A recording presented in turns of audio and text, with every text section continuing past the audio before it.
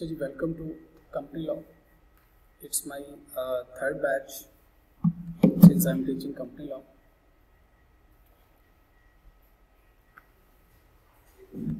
Company law के बेटा जी 5 segments हैं। सबसे पहले देखिए इसका नाम क्या है। इसको कहते हैं कंपनी लॉ। पाकिस्तान में जितनी भी कंपनीज हैं उनके लिए ये रेगुलेशन है। बीइंग अ सिटीजन आपके ऊपर कौन कौन से रेगुलेशन अप्लाई होते हैं। सबसे पहले मुझे बताइए आपका रिकॉर्ड कौन रखता है, कि आप कौन हो, फादर कौन है, कहाँ रहते हो, एड्रेस क्या है, कौन रिकॉर्ड रखता है।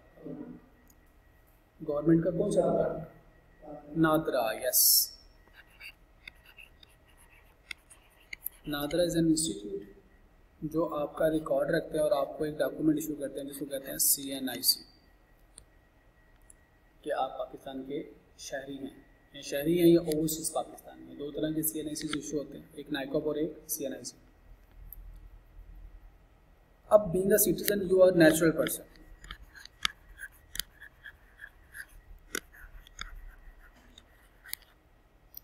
लेकिन जब हम कंपनी की बात करते हैं, चूँकि अब आप कैफ 7 में हैं, तो कंपनी में आपने प्रीवियस सब्जेक्ट्स में पढ़ा होगा company is not a person, it's a legal entity.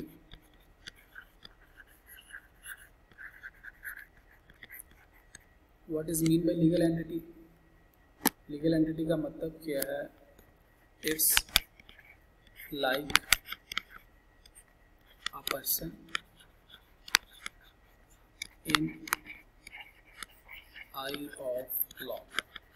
कानून की नज़र में इसको एक शख्स या पर्सन समझा जाएगा। इस पे केस किया जा सकता है, इससे रिकवरी की जा सकती है, इसके साथ एग्रीमेंट किया जा सकता है, तो इसको लीगल हैसियत हासिल है, जस्ट लाइक अ पर्सन। इसको हम टेक्निकल जुबान में कहते हैं company is an artificial person. तो जब हमें लॉ पढ़ना है, लॉ के पॉइंट ऑफ व्यू से कंपनी इज अ पर्सन। जिस तरह हमारा रिकॉर्ड नादरा रखता है, कंपनी का रिकॉर्ड कौन रखेगा?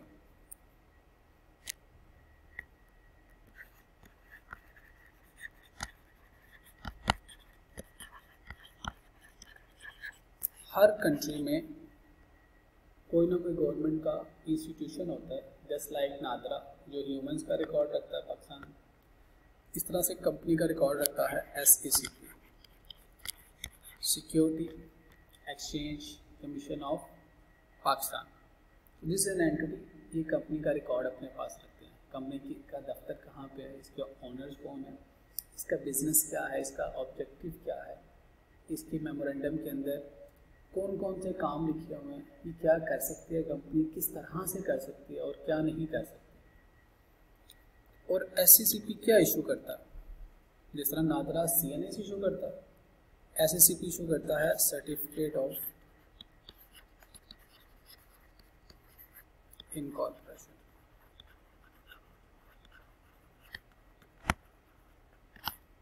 दिस इज अ डॉक्यूमेंट जो बताता है कि ये पाकिस्तानी कंपनी है और पाकिस्तान के लॉ के तहत रजिस्टर होगी। जिस तरह से CNIC में लिखा होता है कि आप सिंगल हैं, यानी बैक एंड पे रिकॉर्ड होता है आप सिंगल हैं या मैरिड हैं, विडो हैं, आपके बच्चे हैं या नहीं, ये बैक एंड पे नादरा के पास रिकॉर्ड होता है जब आप फॉर्म फिल करते हैं। इसी तरह कंपनी के पास भी तमाम रिकॉर्ड मौजूद होता है। इस डॉक्यूमेंट के ऊपर तो चंद एक चीज़ें लिखी होती हैं CNIC की तरह, ये कंपनी का रजिस्ट्रेशन नंबर है, ये कंपनी का नाम है, और वो डॉक्यूमेंट इस डेट को इशू हुआ, वो डॉक्यूमेंट आपके पास एविडेंस है कि कंपनी पाकिस्तान में रजिस्टर्ड है। बिल्कुल वैसे जैसे नादरा का शनाख्ती कार्ड आपके पास है, तो you are at the age of majority और आप पाकिस्तान के नेशनल हैं। तो this is an artificial person company, और इसका रिकॉर्ड कौन रखेगा? SECP। अब हमने क्या सीखना है इस सब्जेक्ट में? हमने सीखना है SECP क्या काम करता है, कैसे रिकॉर्ड मेंटेन करता है, उसकी रिस्पॉन्सिबिलिटीज में क्या चीज़ें आती हैं, और दूसरे एंड पे हमने देखना है कि कंपनी इस रिकॉर्ड को कैसे मेंटेन करती है, इन रिक्वायरमेंट्स को कैसे पूरा करती है। जी बेटा जी, security exchange commission of Pakistan, security exchange commission of Pakistan, ये मिल जाएगा आपको, इस स्लाइड मिल जाएगी आपको। तो security exchange commission of Pakistan, इनका लाहौर में जो ऑफिस है that is on LTA plaza के ऑपोजिट अजर्टन रोड पे। Many times I have to go there. जब मैनुअल सिस्टम होता था, कंप्यूटर सिस्टम नहीं था, ऑनलाइन डॉक्यूमेंट्स ना सबमिट होते थे ना आते थे, तो एवरी टाइम जब हम कंपनी रजिस्टर करते थे तो हमें फिजिकली प्रिंटेड फॉर्म में साइन स्टैम्प डॉक्यूमेंट इनके ऑफिस में जाकर सबमिट करने पड़ते थे। इनका बिल्कुल आपने जैसे टैक्स पढ़ा है वैसा ही डिपार्टमेंट है। इसमें कमिश्नर्स होते हैं, इसमें डायरेक्टर्स होते हैं, इसमें असिस्टेंट कमिश्नर्स होते हैं, बिल्कुल FPR की तरह का स्टेटस है इनका। लेकिन इनकी टीम कदरे कम होती है, लेकिन कॉम्पिटेंट ही। FPR वाले तो बहुत सारी चीज़ों में ड्राइव करते हैं ना। SCCP बहुत डिसिप्लिन ऑर्गेनाइजेशन है, बहुत डिसिप्लिन ऑर्गेनाइजेशन है। तो once upon a time back in 2009, 10, 11 when I was doing articles, तो हम फिजिकली डॉक्यूमेंट सबमिट करते थे। जिस तरह आप नादरा जाते हैं फिजिकली जाके अपना फॉर्म फिल कराते हैं। पहले तो बल्कि हमारे ज़माने में तो फॉर्म मिलता था, फिर हमने यूनियन काउंसिल से उसको अटेस्ट कराना, फिर वापस जमा कराते थे। नो, अब आप जाते हैं तो वो आपको कहते हैं ठीक है यार आप आगे, हम आपका फॉर्म फिल कर दें, उसी वक्त अटेस्टेशन भी हो जाती है। इसी तरह SCCP ने भी अपने आप को इवॉल्व किया, इतना इवॉल्व कर लिया कि अब आपको कंपनी रजिस्टर कराने के लिए SCCP के ऑफिस में जाना पड़ता है। मैंने पिछले 1 साल में कई कंपनी रजिस्टर कराई हैं, यही बैठ में बैठे हुए। I never use to go to SCCP। Online portal पे अप्लाई करते हैं, डॉक्यूमेंटेशन पूरी करते हैं। 2 टाइम्स इट हैपन कि एक छोटी सी डिस्क्रिपेंसी रह गई, तो आज मैंने कंपनी के डॉक्यूमेंट सबमिट कराए, नेक्स्ट डे कमिश्नर ईमेल में कि आपके इस फॉर्म में ये डेफिशिएंसी रह गई तो आप उसको ठीक कर दें। मैंने ठीक करके उसको रिप्लाई किया और उसने मुझे रिप्लाई किया कि इट्स डन। इतना एफिशिएंट तरीके से SCCP काम करता है, कंपनी का रिकॉर्ड अपने पास मेंटेन करता है। ओके जी, इससे आगे बढ़ते हैं। ये तो था थोड़ा सा बैकग्राउंड, अभी मैं इसकी डिटेल बताता हूँ आपको। ये आपके सिलेबस की ग्रेड है। कहता है apply laws and regulation that govern limited and unlimited liability company. अभी हमें नहीं पता लिमिटेड लायबिलिटी क्या, लिमिटेड क्या है। 5 उसने कहता है एरिया। Number 1 incorporation. इंसान दुनिया में कैसे आता है, पैदाइश होती है उसकी, और कंपनी रजिस्टर्ड होती है, उसको कहते हैं इनकॉर्पोरेशन। कंपनी का मार्जे वजूद में आना उसको टेक्निकल टर्म में कहते हैं incorporation of company. And issuance of share capital. आपने FR 1 में शेयर कैपिटल पढ़ा होगा, फिर आपने FR 2 में भी पढ़ेंगे, EPS में पढ़ेंगे न्यूटन शेयर। तो ये जो कंपनी शेयर इशू करती है वो वाला एक सेगमेंट है, इसकी वेटेज 15 से 20 नंबर की है। टोटली थ्योरेटिकल, थोड़ा प्रोसेस समझेंगे, चंद एक सवाल करेंगे तो आसानी से आप इस एरिया को, छोटा सा एरिया टारगेट कर सकते हैं। दूसरा एरिया है जी मैनेजमेंट एंड एडमिनिस्ट्रेशन। कंपनी को कौन मैनेज करेगा और उसके हायरार्की में एडमिनिस्ट्रेशन क्या होगी, उसके कौन कौन से मामला किस तरह से तय पाएंगे। लाइक मैं 2 कंपनीज में डायरेक्टर हूँ, एक एड्सकोज इंटरनेशनल और एक मेरा डेयरी फार्म है फ्रीजन प्राइवेट लिमिटेड। तो जब कभी हमें लोन लेना है, डिविडेंड ऑफर करना है, किसी के साथ एग्रीमेंट करना है, we director pass the resolution, यानी हम फैसला करते हैं इन राइटिंग में फैसला करके अपने पास रखते हैं, SCCP को जमा कराते हैं कि हमने ये फैसला कर दिया, ये काम अब हो सकता है। जैसे मैं फर्द वाहिद हूँ, मुझे अपनी ज़िंदगी में जो भी डिसीजन करना है I can decide myself, I am independent. मैं अब अपने पेरेंट्स से पैसा नहीं लेता, but you are not independent. आपने जब भी कोई फैसला लेना है you have to consult your parents. Company में जो डायरेक्टर्स हैं या ऑनर्स हैं, दे आर नॉट इंडिपेंडेंट। जब भी उनको फैसला लेना है दे यूज टू सिट टुगेदर, आपस में बैठते हैं, उस मैटर को डिस्कस करते हैं, डिस्कस करने के बाद उसके ऊपर फैसला लेते हैं, either we have to do it और नॉट डू इट। उसमें प्रॉपर वोटिंग होती है, बोर्ड ऑफ डायरेक्टर्स बैठे और वोटिंग होती है, जो मेजोरिटी कह दे वो फैसला हो जाता है। तो मैनेजमेंट कौन करेगा और उसकी एडमिनिस्ट्रेशन कैसे आगे चलेगी, ये हम सीखेंगे कंपनी के इंटरनल मैटर्स, क्योंकि हमने जाके कंपनीज में ही CEO CFO लग जाना। इसके बाद कंपनी की मीटिंग्स भी होती हैं, मीटिंग्स के क्या प्रोसीजर है, नोटिस कैसे इशू करना है, डायरेक्टर्स कितने हो सकते हैं, चीफ एग्जीक्यूटिव कौन होगा, इन तमाम चीज़ों के ऊपर हमारे 20 से 30 नंबर हैं। कंपनी ने अपने अकाउंट्स मेंटेन करने हैं। आपने सेट ऑफ फाइनेंशियल स्टेटमेंट्स पढ़े, उन सेट ऑफ फाइनेंशियल स्टेटमेंट्स में क्या पढ़ा आपने, what are the set of financial statements. आपने पढ़ा जी, इनकम स्टेटमेंट होती है, बैलेंस शीट होती है, चेंजेस इन इक्विटी होती है, cash flow, notes to the financial statement. ये इंट्रोडक्शन टू अकाउंटिंग में भी पढ़ाया सकते हैं, R1 में भी पढ़ाया, R2 में भी यही पढ़ेंगे। वो जो सेट ऑफ फाइनेंशियल स्टेटमेंट्स है that is as per IFRS। लेकिन जो कंपनी पाकिस्तान में कारोबार कर रही है उसकी फाइनेंशियल स्टेटमेंट्स क्या होंगी, वो नहीं है, उसमें एडिशनल डॉक्यूमेंट्स भी हैं। मैं बल्कि चंद एक दिखा देता हूँ आपको।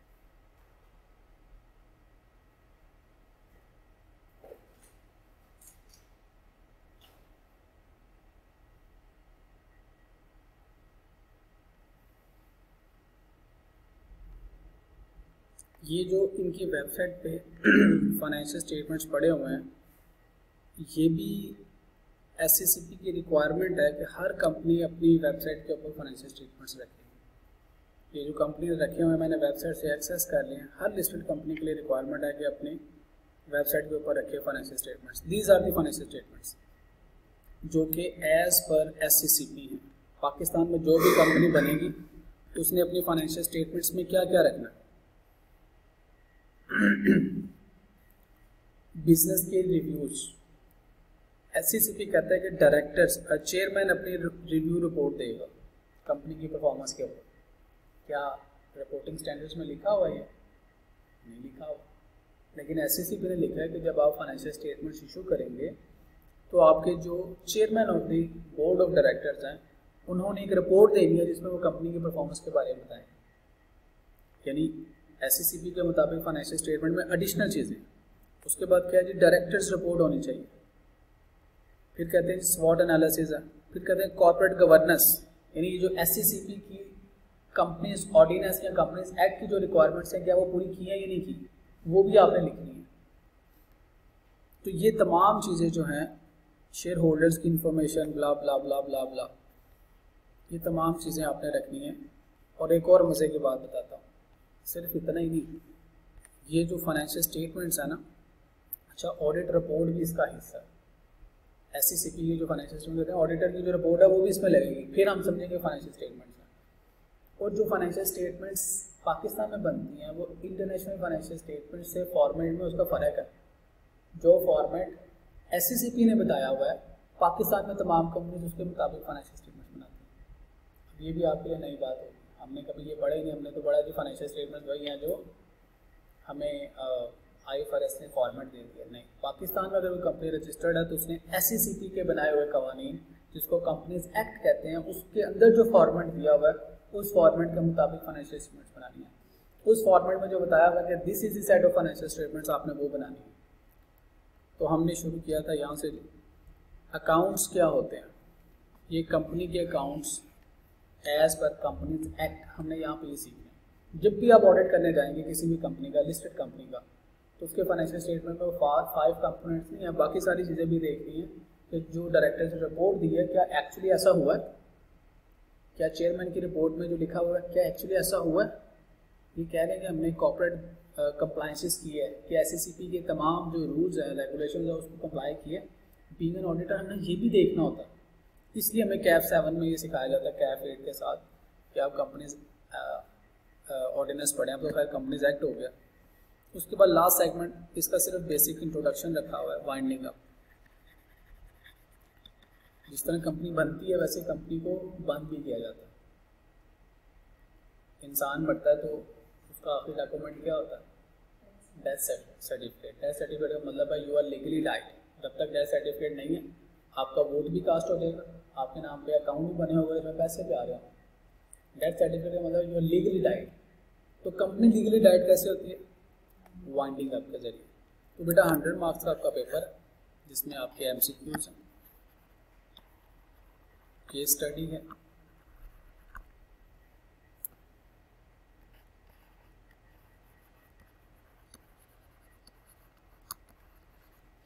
तो 3 हिस्सों पे आपका पेपर है, टोटल मिला के 100 नंबर है।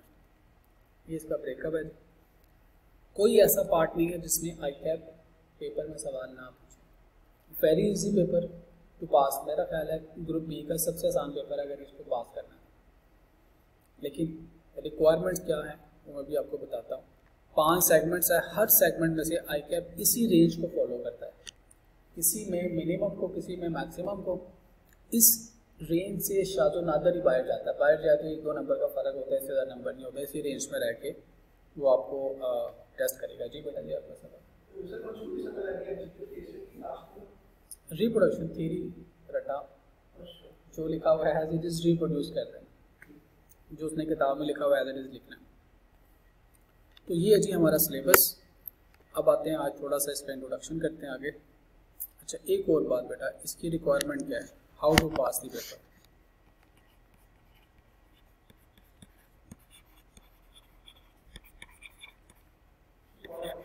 जी जरूर।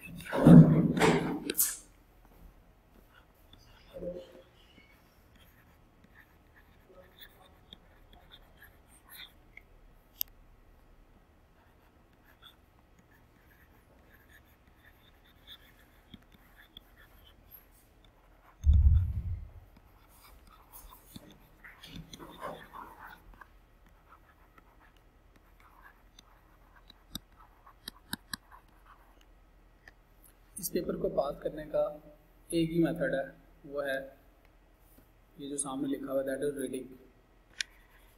रीडिंग क्या करनी है इसमें? रीडिंग, अंडरस्टैंडिंग,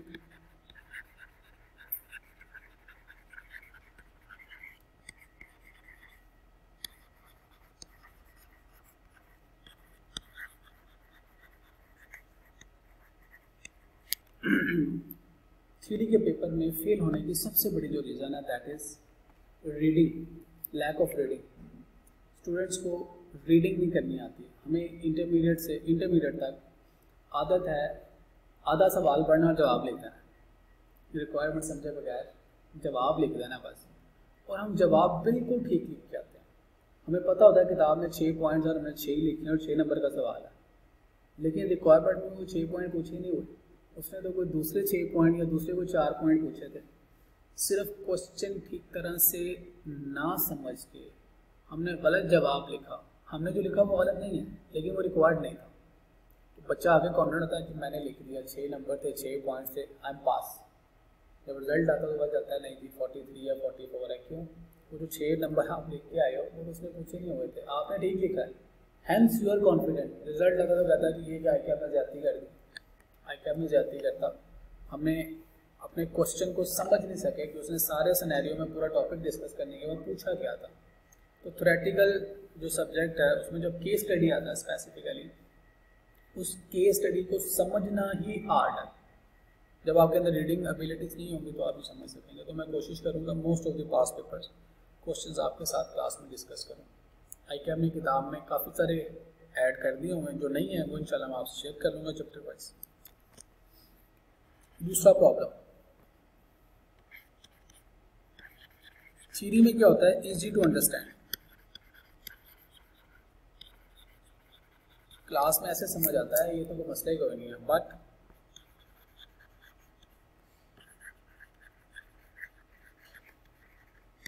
भूल जाता। पेपर आते आते ये कॉन्सेप्ट ऐसा ऐसे फेड होना शुरू हो जाते हैं पेपर में जाते जाते। और कई बच्चे ऐसे होते हैं जो एग्जाम के करीब जाकर थ्योरेटिकल सब्जेक्ट छोड़ ही देते हैं। फीस दी, 3 महीने पढ़ा, चौथे महीने में पेपर है, पेपर के करीब जाकर छोड़ दिया। टेस्ट भी दिए, अपना भी टाइम पर बात किया, माँ बाप का पैसा भी बात किया, क्लास भी अटेंड किया, अगली दफ़ा फिर दोबारा पढ़नी पड़ेगी, इन डबल लॉस। क्यों छोड़ दिया? उनको रिटेन नहीं हो सका। रिटेन करने के लिए क्या है, 3 revisions before end of course. अगर आप ये कर लेते हैं तो आप इस पेपर में फेल नहीं हो सकते। ह्यूमन साइकोलॉजी है, आज जो क्लास में पढ़ा विद इन 24 आवर्स अगर आप उसको नहीं रिवाइज करेंगे it will be arrays from your memory automatically. आपके प्रोसेसर ने और रैम ने उसको आपकी हार्ड ड्राइव से डिलीट कर देना, बिल्कुल वैसे जैसे हमारे सीसीटीवी कैमराज लगे हुए हैं, इसमें 1 हफ्ते का बैकअप होता है। 1 हफ्ते के बाद वो जो 8वां दिन है उसको ऑटोमेटिकली अरेज कर देता है, नोट नीडेड, जो हमने उसमें फंक्शन पुट किया। अल्लाह ताला ने बाय डिफ़ॉल्ट हमारे सर के अंदर एक फंक्शन रखा हुआ है कि ऑटोमेटिकली अरेज कर दो। The information which is not important it is decided by your brain, by your RAM. It is decided कि ये इंपॉर्टेंट नहीं है, वो अरेज कर देता है ऑटोमेटिकली। लेकिन अगर रिटेन करना तो रिटेन कैसे करना है? आज जो पढ़ा विद इन 24 आवर्स उसको रिवाइज कर लो, नेक्स्ट 7 डेज के लिए tension. With in 27 days revise कर लो, नेक्स्ट 40 डेज के लिए retention. With in 40 days revise कर लो, 3 मंथ्स के लिए रिटेंशन। तब तक आपके पेपर हो जाते हैं। तो 3 revisions before exam will help you to retain the concepts. एक और प्रॉब्लम हमारी अंग्रेजी होती है दिस दैट दोस। हमने करनी होती है फ्यूचर की बात, हम वर्ब की थर्ड फॉर्म यूज़ कर रहे होते हैं। हमें करनी होती है पास की बात, विल हैपन्ड। अब पास्ट की बात करनी है और लिख रही हो फ्यूचर का हेल्पिंग वर्ब, तो मुझे बताइए कैसे आप पास हो सकते हैं? इस पेपर में तो केस स्टडी भी है, वो आपको कंसल्टेंट बनाता है कि अब आप कंसल्टेंट हो, आपने इस प्रॉब्लम को इन राइटिंग जवाब देना है। तो जब आपकी ड्राफ्टिंग स्किल्स नहीं है यू कैन नॉट आंसर। इसके ऊपर मुझे एक प्रैक्टिकल एग्जांपल याद आ गई। मैं जब सेकंडमेंट में गया ना दुबई, तो मैं एक फॉर्म की एक कंपनी के ऑडिट पे था। तो वहाँ पे पूरे 2 हफ्ते ऑडिट के दरमियान, 2 हफ्ते का ऑडिट था, 2 हफ्ते में अकाउंटेंट मेरे साथ बातचीत नहीं करता था। अकाउंटेंट का सीनियर जो जनरल मैनेजर था, ही वाज MBA, वो मेरे से बातचीत करता था। मैं उससे इन्फॉर्मेशन रिक्वेस्ट करता था, वो इन्फॉर्मेशन लेके मुझे दे देता था। तो मैंने उससे पूछा, मैंने कहा यार अकाउंटेंट से डायरेक्ट मैं इन्फॉर्मेशन ले लूँ, तुम्हें पता ही नहीं है डिस्पोजल क्या है, तुम्हें पता ही नहीं है फेयर वैल्यू क्या है, तो मुझे समझाना पड़ता है। इट्स बेटर कि अकाउंटेंट डायरेक्टली मेरे से बात कर ले। तो उसने पता क्या कहा, कहता he can not write an email, he was CA but he can not write an ethical email. तो उसको लिखना ही नहीं आता, 2 लाइनें लिखता है लेकिन उसमें टेंसेस की गलतियाँ होती है। कहता है उसकी ईमेल को मैं हर दफ़ा रिव्यू करूँ फिर उसको दूँगी, अब आप ईमेल फॉरवर्ड कर दूँ। कहते मैं उसका मुलाजम थोड़ी। यानी being a chartered accountant, that person could not write 2 or 3 lines in email. He was good in accounting, he was good in technical side, but he could not write emails. ये हमारा Urdu medium system था जो चलता आ रहा था, उसकी वजह से there are many problems। और हमारे बच्चों की स्टिल अंग्रेजी कमज़ोर है। तो इस पेपर को पास करने के लिए you should have writing skills. तो मैं इंशाल्लाह पूरी किताब आपसे लिखवाऊँगा, तो आपने भी कोशिश करिए लिख के याद करें, यानी लिख के प्रैक्टिस करें।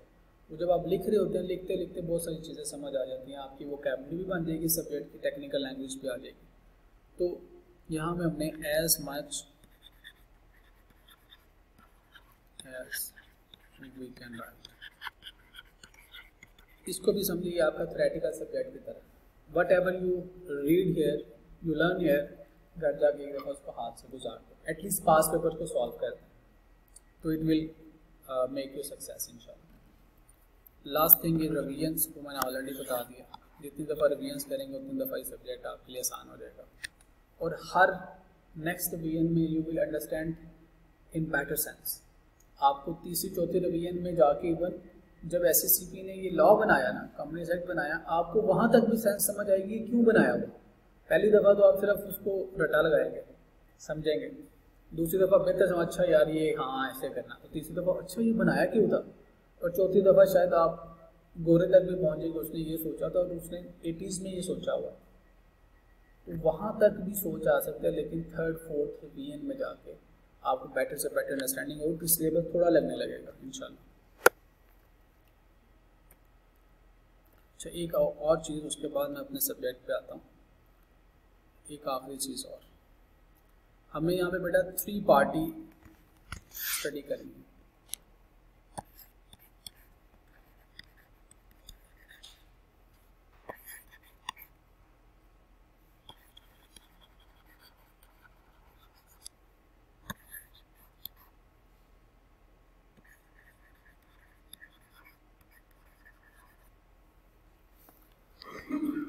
सब्जेक्ट में आपको 3 कैरेक्टर नज़र आएंगे।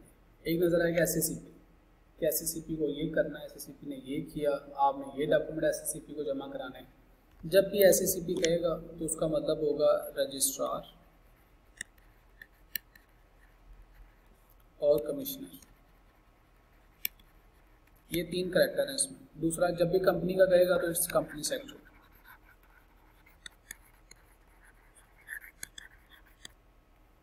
और जब कंसल्टेंट का कहेगा तो अपने आप को ऑडिट फॉर्म समझें। आपसे इन 3 जगहों पर रह के सवाल पूछता है। समटाइम कहता है बताएं कि SACP की क्या रेगुलेशन है, कंपनी एक्ट में क्या लिखा हुआ, तो SACP के पॉइंट ऑफ व्यू से पूछ रहा है कि बताएं ये प्रोसीजर आपने लिस्ट डाउन किया था, वो प्रोसीजर क्या था।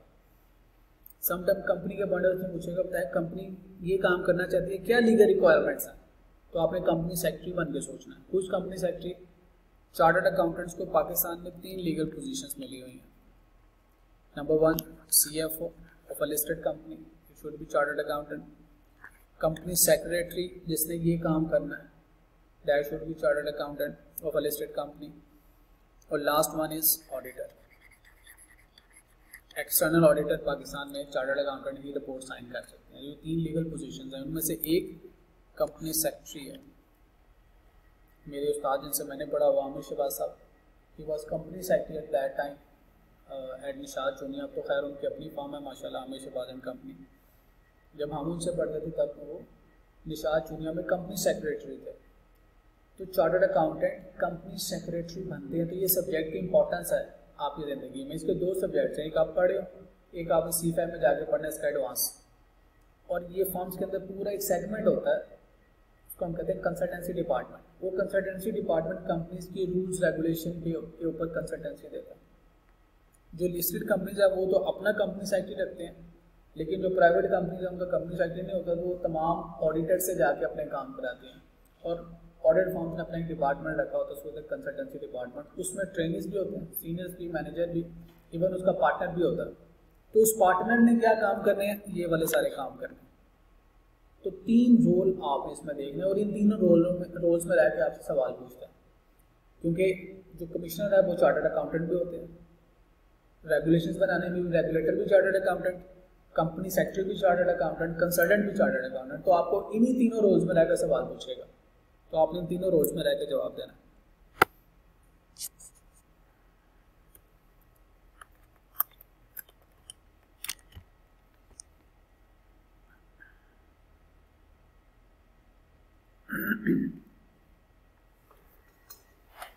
अच्छा जी, आज चंद एक बोरिंग बातें पढ़ेंगे, कल से इंशाल्लाह इंटरेस्टिंग हो जाएगा। सबसे पहले कंपनी क्या है। अब तो खैर मैं नहीं एक्सपेक्ट कर रहा कि डेफिनेशन पूछेगा, हमारे ज़माने में तो कंपनी की डेफिनेशन भी पूछता था। That was very basic question. अब तो बड़ा डिसिप्लिन हो गया, क्योंकि आप बड़े तेज़ हो गए, फेसबुक इंस्टाग्राम स्ट्रीक्स के ज़माने के लोग हैं।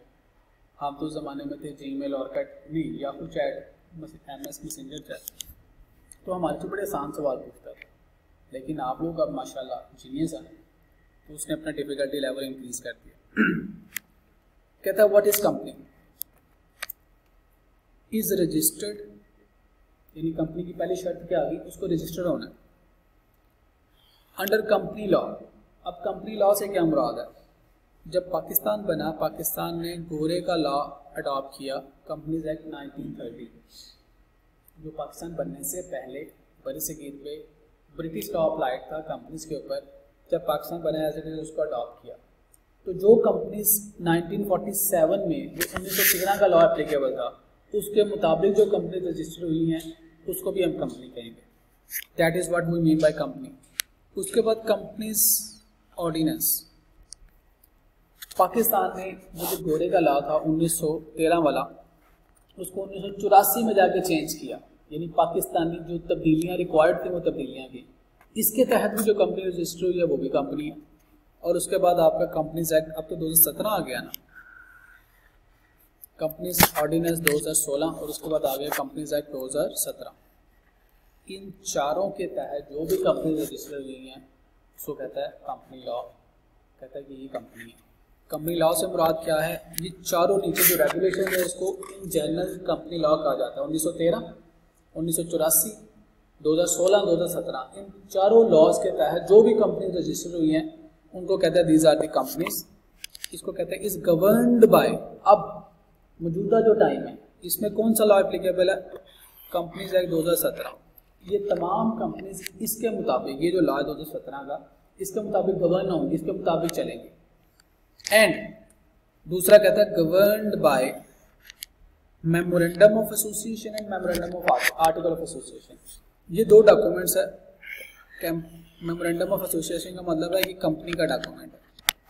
मेमोरेंडम याद दहानी ऑफ एसोसिएशन, जब आप बने तब आपने क्या लिखा कि मैं क्यों बना, उसके तहत आपकी कंपनी चलेगी। आपने कहा जी मैं टेक्सटाइल इंडस्ट्री हूँ तो आप टेक्सटाइल इंडस्ट्री, आपने कहा मैं एजुकेशन इंडस्ट्री हूँ तो आपने एजुकेशन के काम करना है, एजुकेशन से रिलेटेड काम करना है। जो आपने मेमोरेंडम में एक दफ़ा लिख दिया वही काम करेंगे, या फिर मेमोरेंडम को चेंज करें।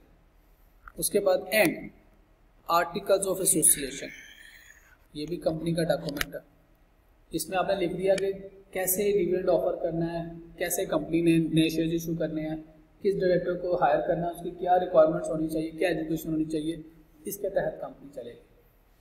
तो इसका मतलब है सबसे पहले उस कंपनी का रजिस्टर होना ज़रूरी है।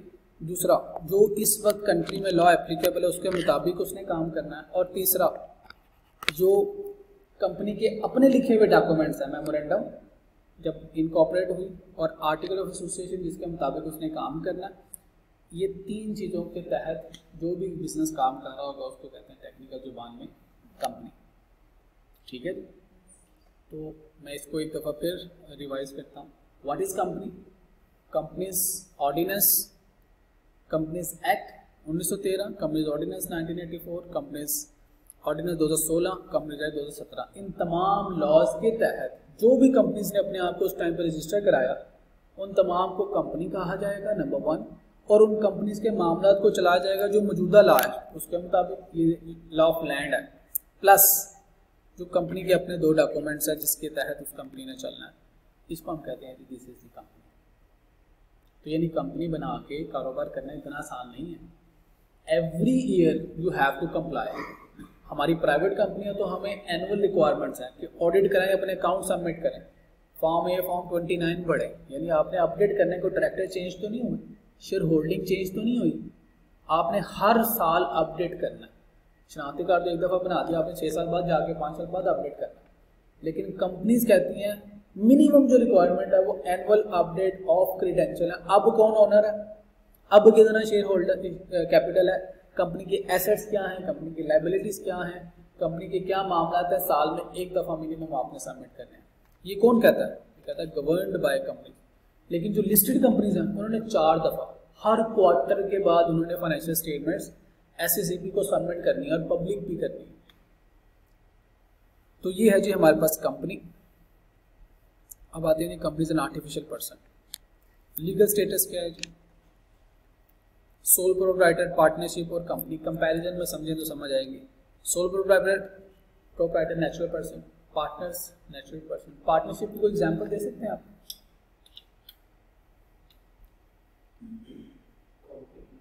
Partnership businesses. No we are company, मैं सिर्फ नाम वी आर डायरेक्टर नाउ। हाँ, यहाँ पे हमारी फर्म है MFKS के नाम से, Mian Farhan Qureshi Salahuddin and company chartered. Yes, in that project we are partner. आपको एग्जांपल दे partnership.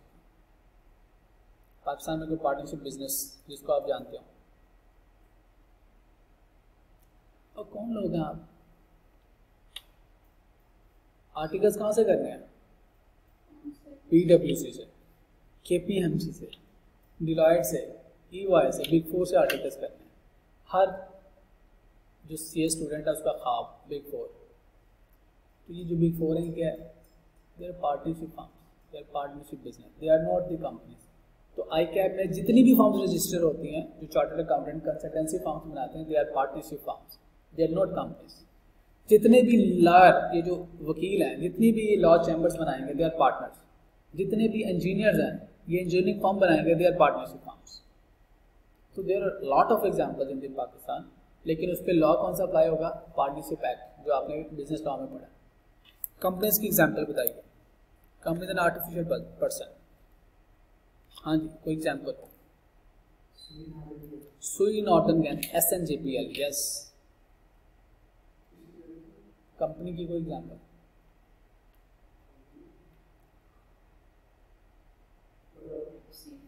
PepsiCo, yes, Pepsi Cola international. Fauji fertilizer अभी मैंने खोली है, यस। हाँ जी, Abacus, Abacus is a company. और मैकडोनल्ड्स, KFC, हार्डीज, हाउडी, नहीं हाउडी का मुझे नहीं पता, हार्डीज तक ठीक है। ये किसका है? डॉलर्स।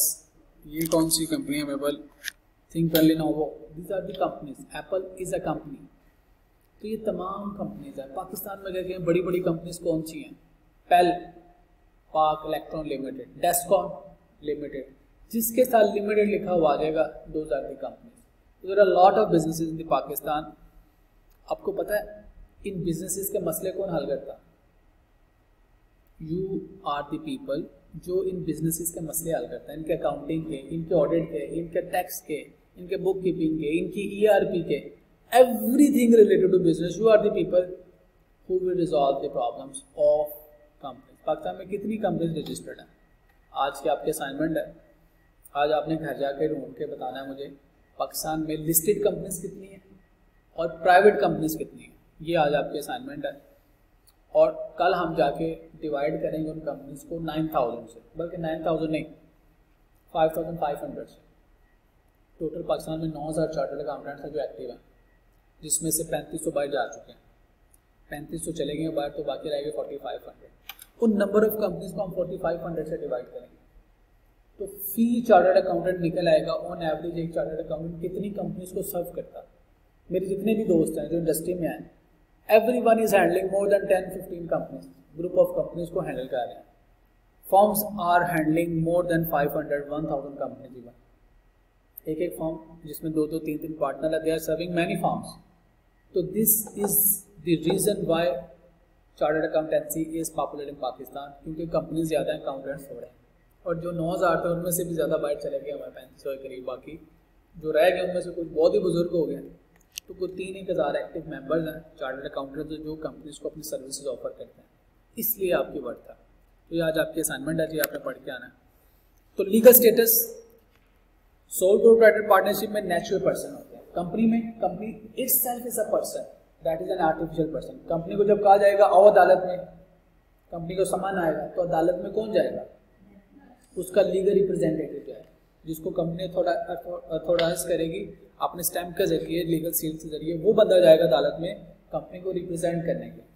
जिस तरह वकील नहीं जाता किसी अपने क्लाइंट को रिप्रेजेंट करने के लिए, इसने कंपनी को, कंपनी का कोई लीगल रिप्रेजेंटेटिव रिप्रेजेंट करेगा। तो company is an artificial person. Contractual rights, अगर कोई सोल प्रोप्राइटरशिप है, मेरा छोटा भाई बिजनेस कर रहा है, सोल प्रोप्राइटरशिप, तो जो भी कॉन्ट्रैक्ट करता है अपने नाम से करता है। हमारी जो फर्म है चार्टर्ड अकाउंटेंट फर्म, हम जब कॉन्ट्रैक्ट करते हैं हम भी अपने नाम से कॉन्ट्रैक्ट करते हैं, सरफरान सर शान।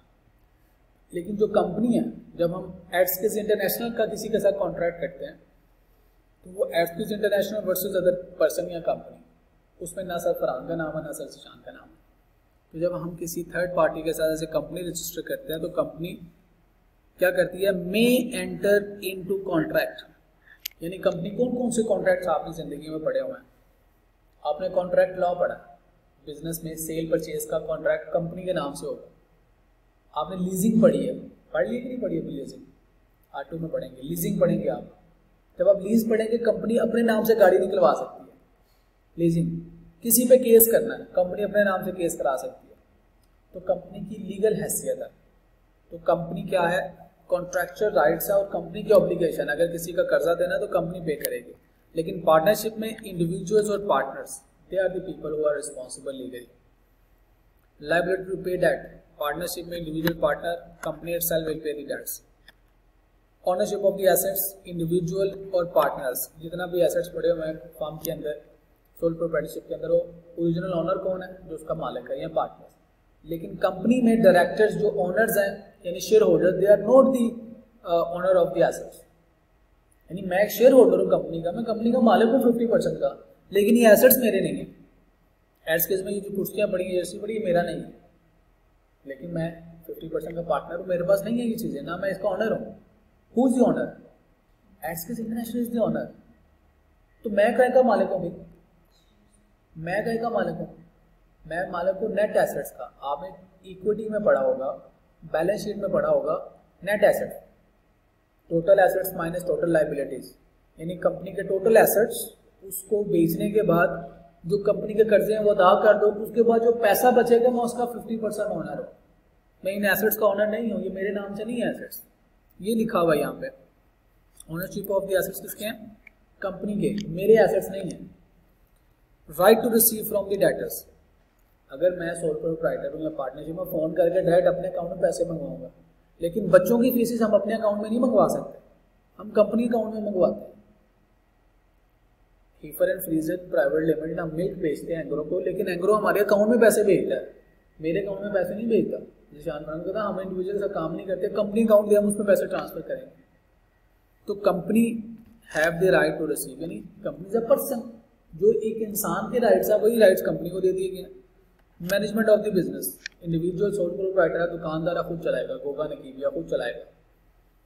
पार्टनर्स, एक से ज्यादा लोग हैं तो पार्टनर मिलकर कारोबार चलाते हैं, लेकिन कंपनी को कौन चलाएगा? डायरेक्टर्स।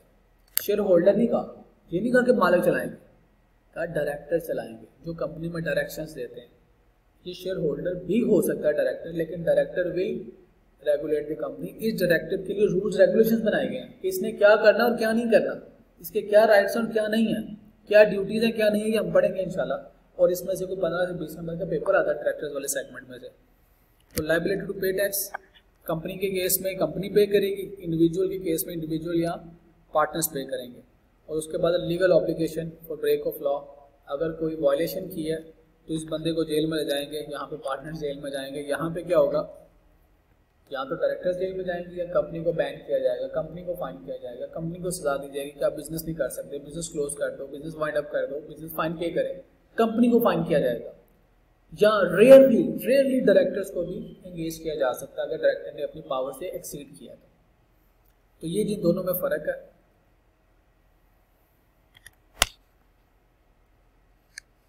बड़ी इंपॉर्टेंट बात, owners are separate from the management, यानी शेयर होल्डर और directors.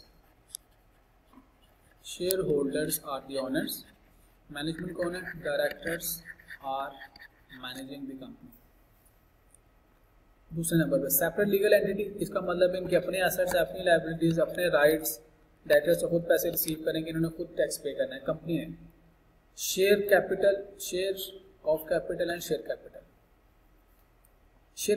Share of capital and share capital, दोनों में क्या फर्क है वो बता सकता है आपने? What is mean by share capital?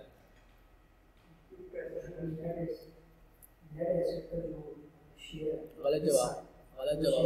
वो एक्विटी होती है, एक्विटी में कैपिटल के अलावा और चीज़ें भी, रिजर्व्स भी आ जाते हैं। हाँ जी, what is share capital? Intro partly R1 partly बताएं जी, व्हाट इज शेयर कैपिटल?